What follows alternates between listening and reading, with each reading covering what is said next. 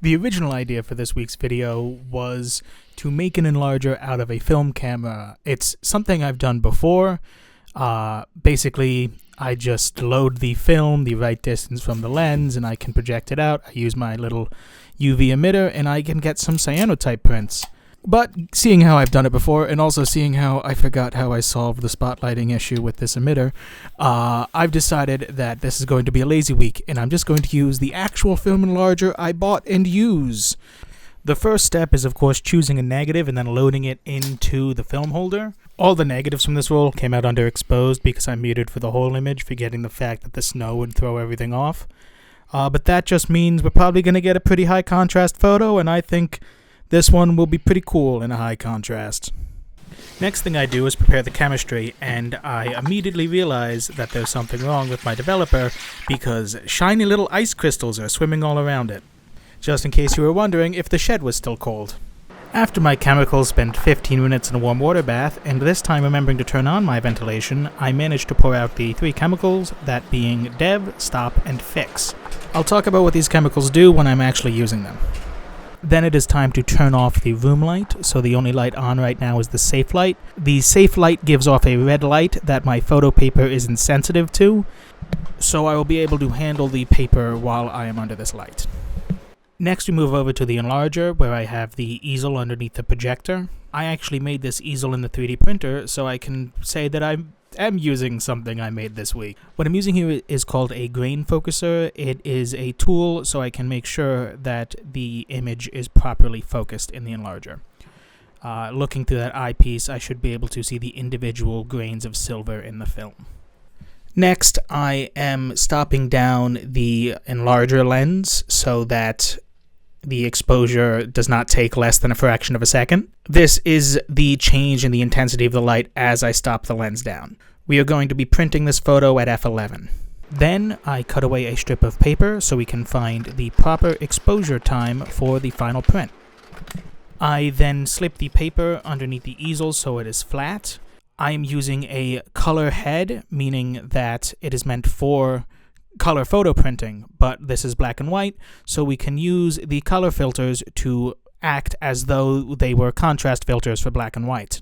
After setting the enlarger head to a low contrast filter, I set my enlarger timer for a 5-second exposure. What I'm doing here is using my diploma, something I very clearly didn't earn given the framing of this shot, to block out portions of the sheet of paper so that I can get different exposure times on the same sheet of paper. Once I've done different exposure times for the low contrast filter, I change the enlarger head to be high contrast and do it again in the other direction. This way I get a grid of different exposures for both contrasts, and I can choose which square in the grid I most like for the exposure. Then I expose the final image for the times that correspond to that square of the grid. Now it's time for the fun part as the test strip goes into the drink. This is the developer. I'm using Dextol here. The developer, same as film developer, is a reducing agent. It takes crystals of silver halide on the paper and turns them into silver. It would eventually do that to every single crystal on the piece of paper, turning it into a solid black mass. But it does it first to crystals that have a tiny seed crystal of silver in them. That tiny seed crystal appears whenever a photon hits one of the silver halide molecules. And so the parts of the photo that were exposed are the first parts to turn black, and you simply remove the paper before it becomes a solid mass of silver. Once the paper is done in the developer, we give it a nice shake and we throw it into the stop bath, which is acetic acid with an indicator in it. Better known as vinegar with an indicator in it. The reason we're doing this is so that we can neutralize the developer before we put it into the fix, because the fix is very expensive and very much a pain in the ass to get rid of once it's expended. So we want to keep the fix for as long as we possibly can.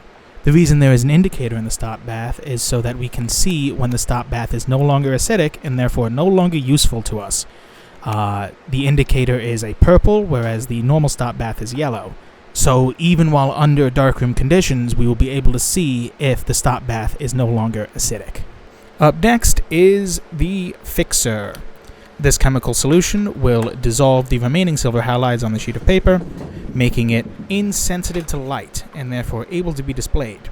It'll also slowly start dissolving the paper itself, which is why the next step is the wash bath. This is just a tub of water that it sits in. The tub gets filled up, pour it out, filled up, pour it out for about 15 minutes.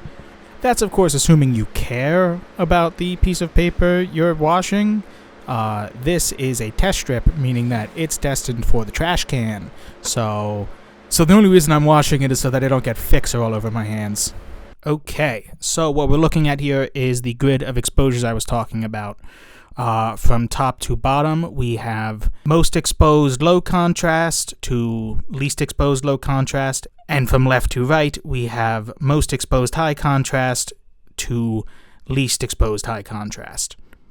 So looking at the squares in this grid, you'll realize, wow, everything is high contrast. And I said that it would be because the negative was thin and there is no highlight detail in something as thin as that negative. So almost picking a square at random, something I see that has at least some highlight detail is that region right there, which corresponds to a 5-second low contrast exposure and a 5-second high contrast exposure. In the rare bit of due diligence I decide to cut a smaller test strip and run it through the whole cycle again, just to see if I'm happy with that exposure. I am not. In a more characteristic lack of due diligence, I decide that 5 seconds low and 4 seconds high sounds like a perfectly fine exposure, and I just go ahead and do that one instead. And into the dev it goes. It stays in here for 5 minutes, then 30 seconds in the stop, then another 5 minutes in the fixer. While we've been through this all before, I do like how the image slowly appears on the sheet of paper. So, get comfortable.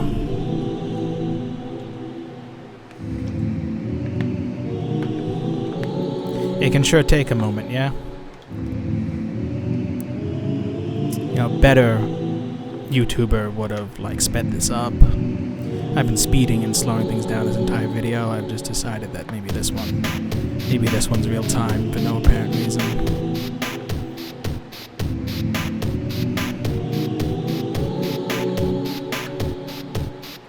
A whole 5 minutes of this, I think.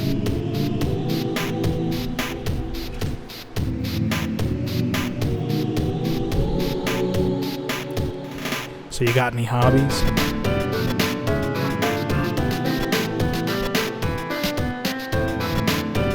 Alright, I'm boring myself.